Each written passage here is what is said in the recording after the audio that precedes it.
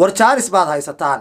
run baan idin sheegayaa siiba ina cambaashe ninkan ku faanaya inuu maatadiisa laynayo inuu ku faanaya inuu caruurtiisa laynayo waliba shilimaad daraadood ku laynaya iyo ragga kale horgalada ah salaamullaahi calaykum waraxmatullaahi idilkiinba meel kastoo aad iga daawanaysaan saaxiibayaal waa hilaac sool oo idin leh sidii hore iyo halool cadeeg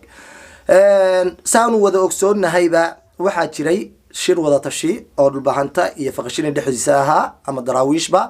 shirkaas oo soo bilowday ilaa 6dii bishii ilaa maanta bishu 8 tahay kusoo gabagaboobay anoo idin sii sheegay anjantayaasha ka soo bixi doona shirkaasi inay dhammaantoodba ay yihiin wax negative ah ama diidma ah oo lagaga soo horjeedo jabhadda argagixisada ah SNM iyo in ay dhammaan faaruqiyaan ama ay ka baxaanba inta ay degaan daraawiishi haddaba aanu wada dhageysano qodobadii ay soo saareen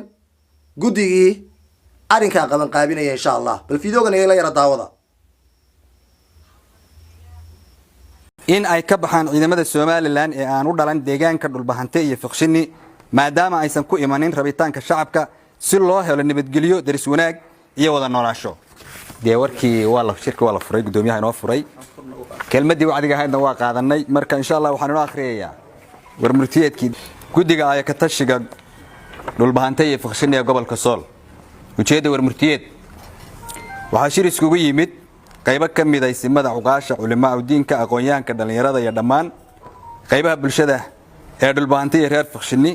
taariikhdu markay ahayd 6dii bisha ilaa 8dii bisha shirkaas oo lagaga tashanayay aayaha xasiloonida badqabka iyo jiritaanka ummadda SSC guddigu markii yeelatay kulamadoodii ugu horeeyay qiimaysana xaaladda wadanka ayna aragtay kacdoonka shacabka dal iyo dibadba markay aragtay fashilka amniga gobolka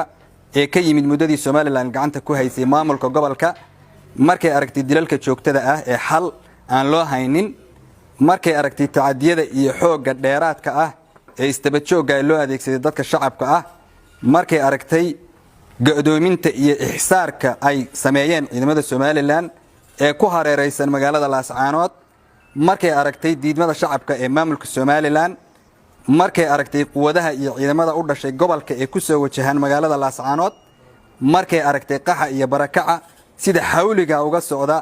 magaalada waxay go'aamiyeen lambar 1 guddigu waxay u tacsiyeynayaan dadkii ku dhintay tacaddiyadii ka dhacay magaalada kuwii ku dhaawacmay Ilaahay waxay uga baryayaan caafimaad iyo badqab lambar 2 waxay guddigu cadeynaysaa in wixii khasaare ka dhacay magaalada naf iyo maalba uu mas'uul ka yahay maamulka Soomaaliland lambar 3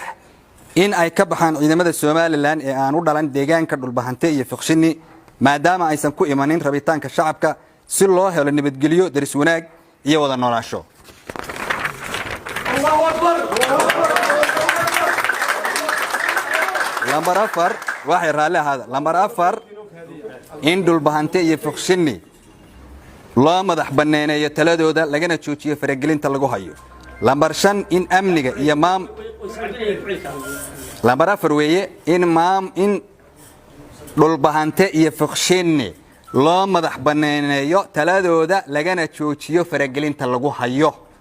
lambar 5 in amniga iyo maamulka gobolka lagu wareejiyo ciidamada iyo mas'uuliyiinta dhulbahante iyo reer fiqshini si ku meel gaara lambar 6 inay shir isugu yimaadaan isimada uqaasha culimada siyaasiyiinta aqoonyahanka ganacsatada qurba joogta iyo qaybaha bulshada ee dhulbahante iyo fiqshini si looga tashado masiirka iyo aayaka tashiga iyo mustaqbalka ummadan lambar 7 inay ciidamada banaanka jooga ee dhulbahante ku sugnaadaan goobahooda kana warsugaan talada dhulbahante iyo reer fiqshini wax galalaasana aysan geysanin lambar 8 in magaalada laga ilaaliyo dagaal ka dhaca loona turo dadka shacabka iyo bulshada ku nool lambar 9 in dadka shacabka ay isdejiyaan qaxana joojiyaan kana warsugaan shirweynaha dhulbahante iyo fiqshini lambar 10 in shacabku ilaaliyaan hantida ummadda mid guud iyo mid gaarba dhamaanteed lambar 11 guddigu waxay ka digayaan cid kasta oo faragelin iyo xagal daacin ku haysa talada dhulbahante iyo fiqshini lambar 12 guddigu waxay u mahad celinayaan garaajama garaad Ismaaciil oo qaban qaabiyay shirkan qayb lixaadna ka qaatay xaaladda gobolka dhammaad waana mahadsantahay billahi tawfiiq 12 ka qodob qodobadii ka soo baxay shirkii ismada dhulbahante runtii waxaan kelmad baan raacsanayaa kaliya waxaan leeyahay raggiina horgalada ah ee ka soo jeeda goboladan SSC ama Sool Sanaag iyo Cayn ka soo jeeda war jaanis baad haysataan run baan idin sheegayaa siiba ina cambaashe ninkan ku faanaya inuu maatadiisa laynayo inuu ku faanaya inuu caruurtiisa laynayo waliba shilimaad daraadood ku laynaya iyo ragga kale horgalada ah jaanis baad haysataan jaaniska aad haysataan waxa uu yahay waa maalmo kooban war maalmaha kooban aad haysataan xaqiiq baan idin kala hadlayaa dhulbaanta meel buu ka soo wada jeestay waxa ugu horeeya ee la dagaalamayana waa horgalada idinko kala ah waxa ugu horeeya oo dhulbaanta maanta la dagaalamaya intuusan door gaarinba waa horgaladiina ugu horeeya weey war jaanis baad haysataan bari xagaad ku noolaan doontaan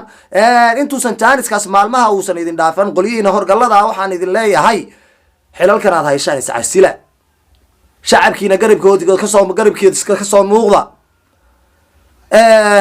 dhulbahantana waad ogtihiin mar hadduu kaco cid celin karta haba yaraatee ma jirto war maxaa idiin dambeyn doona ma idoor baad dabada gelin doontaan hadhow ميدور وأنا حريصين والله بالله يطلع دبض يدك وضع فولا يا دمانتين أنت هرجل الله ودم الله الله يا هرجل عدو دانا بقى هذا هرجل أنا إنما متلو دجال كوجور ريانا وكوب الله مدونه وهرجل هذا الكدراويشنا وعادي هي وأنا هذا العد صحيحة وحيد به أنا لا سكر سوع سبون هذا إن شاء الله وإذن له سعودين دونا ولكن هي العصول أو إذن له سدا إيو نبت قليو